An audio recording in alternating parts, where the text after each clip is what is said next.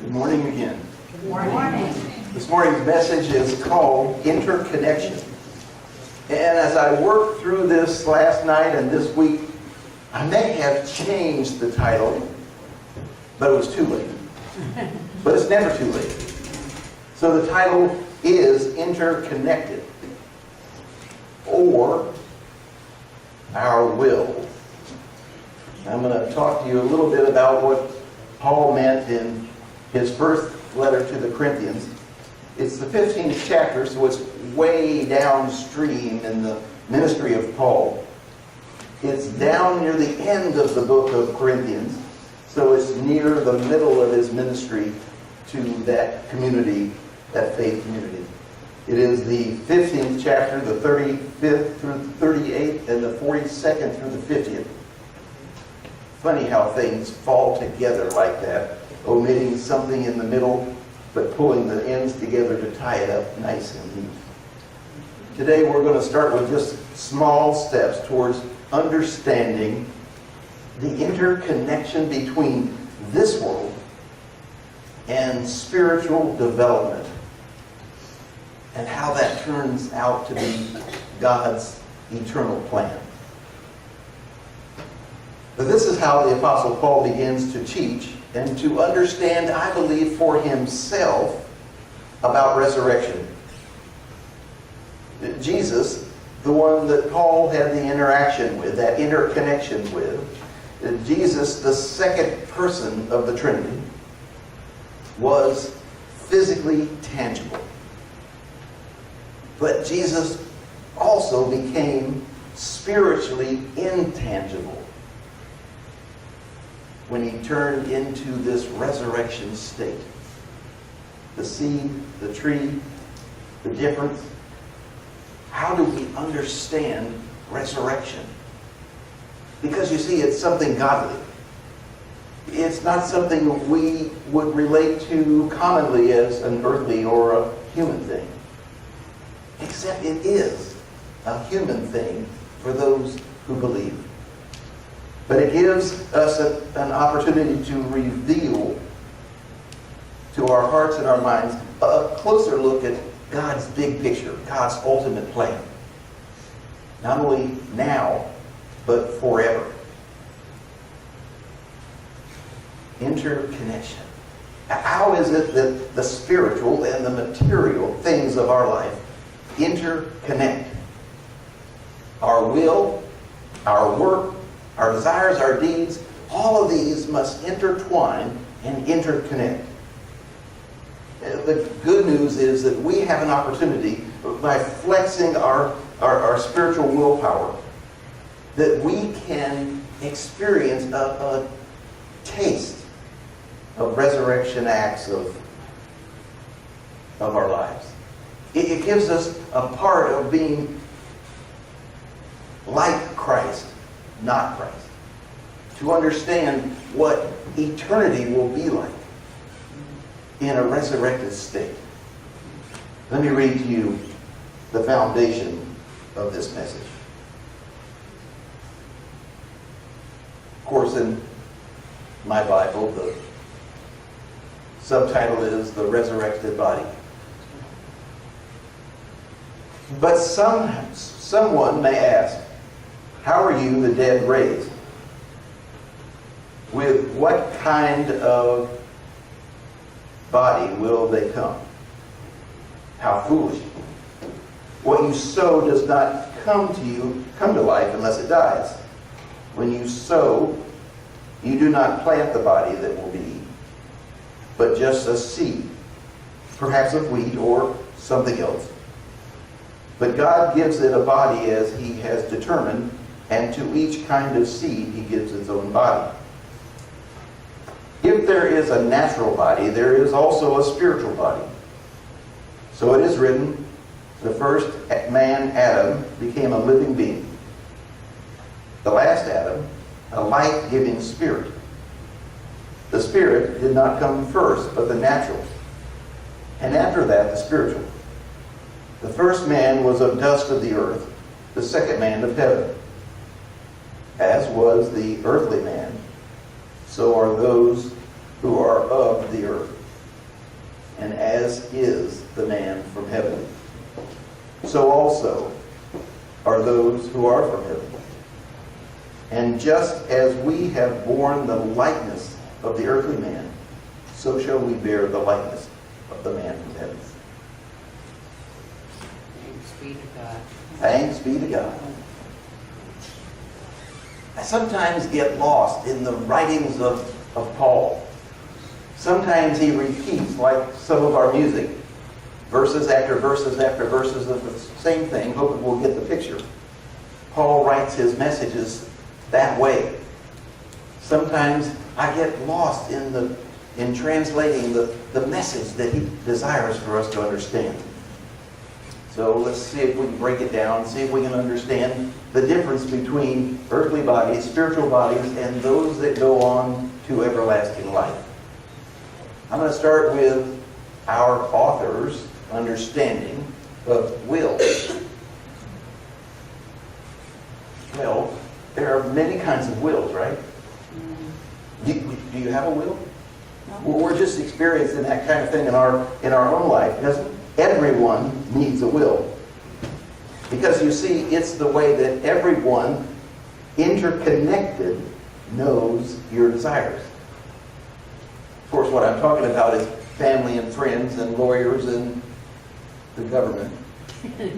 to understand our will, our desire. But that's a different will than the will that God's talking about, that Paul's talking about. You should not die without a will. Do you have a willing nature? Everyone needs a willing nature too. You shouldn't live without a willing nature. You shouldn't die without a will. You shouldn't live without a willing nature.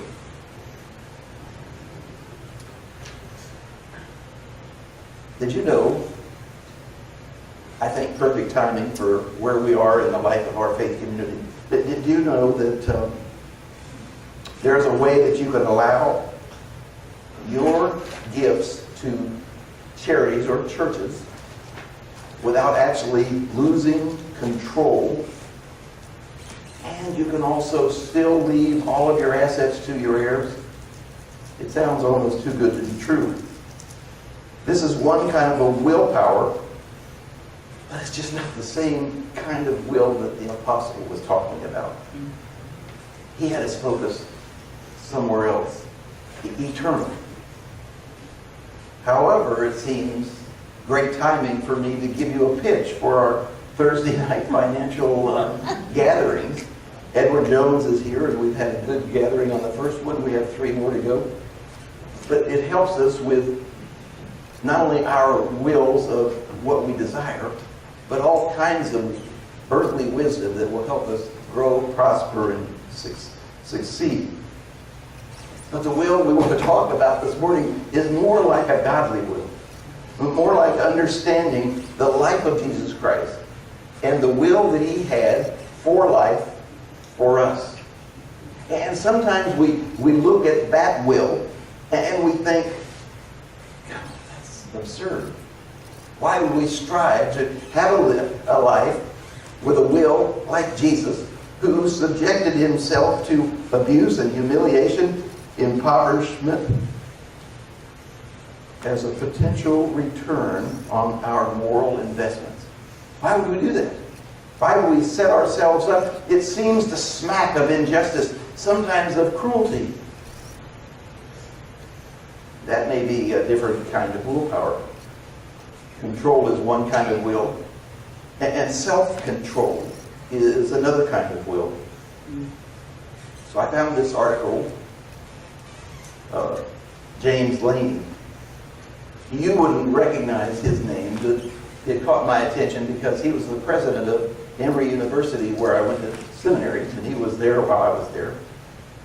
And he was trying to explain to us this process, this understanding of will, or maybe we should say wills.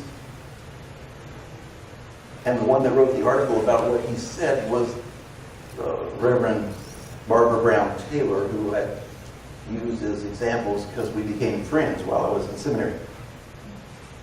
All of that to share with you an article that he wrote. This leads us to think that our will, our capacity to order and direct and intend, is primarily an action of dominion or shaping. In the scriptures, however, the emphasis is less on the will seen in the forms than on the will understood as our capacity to be attentive, to direct our attention, to listen. Hence, the resurrection, recurrence, sorry, I got resurrection on the brain. The recurrence in the Psalms, waiting upon the Lord, happens so often and to so many people, gives us a time to renew our spiritual strength. Maybe some of our exhaustion in the church derives from our confusion of these two meanings of will. One, the active ordering and directing of others and things. And the second is the active ordering of directing our own attention, our ability to listen, to perceive, to understand. Two ways of understanding the word will. We are all physical beings, like the shriveled seeds we heard about in the children's message. We, as shriveled seeds, seek refuge in the earth. And only when we're put on our resurrected selves and our spiritual bodies can we then fully realize our ability to put on Christ's life here and now. It's that behavior that emerges from beliefs and intentions, and this is the power of the will, our will, God's will. Only when our will arises out of an active desire to please God can we combine the material goods and things of this world and our personal benefits. Our will and our wills empower us to reach beyond the grave of self, even time, to behave in the way that pleases God and serves others. When we are energized by God's power, we become an inspiration of grace to other people. It is a blessing in our lives.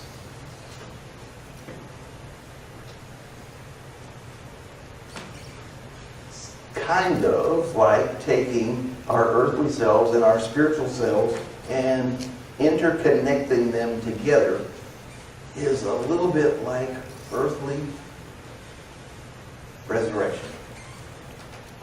If our complete resurrection remains like a theological debate over death and judgment and destiny, as the apostle indicates, we need to take small steps, baby steps, to debate our existence, our spiritual being for here and now. What do we do? How do we understand where we're going? How do we live like Christ? How do we move forward towards eternal life in a resurrected side? How do we do this? So I found another article. It was entitled, Sin Boldly, but Trust God More. It came from a man named William Boggs. So here's the story. A seeker of truth came to a saint for guidance. Please tell me, wise one, how did you become holy? 2 words.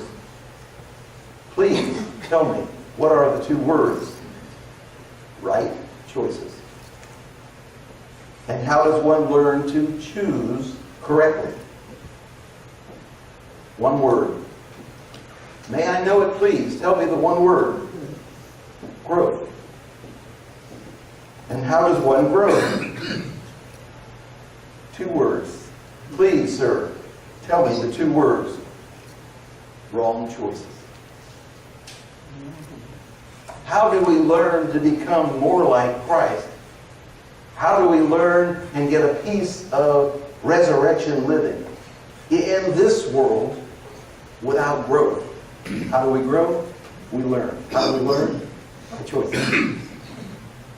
Some choices are good. Some choices are not as good. What happens if you say to a child, whatever you do, don't put this bean in your ear? That child is going to put the bean in their ear. What if I say to you this morning, right now, whatever you do, do not think of a pink elephant? All I can see in these bright lights are pink elephants, right? When we say do not do, what do we hear? The do. We don't hear the do not, we hear the do. It's a phenomenon whereby mental images precede and affect all of our actions. When we are told not to, we do. And sometimes when we're told to do, we don't hear the to do. So I'm wondering, wasn't it Jesus who said something on the order of what a person thinks in their heart, so they do? And that's the power of will. Our will, God's will. All the children say, Amen.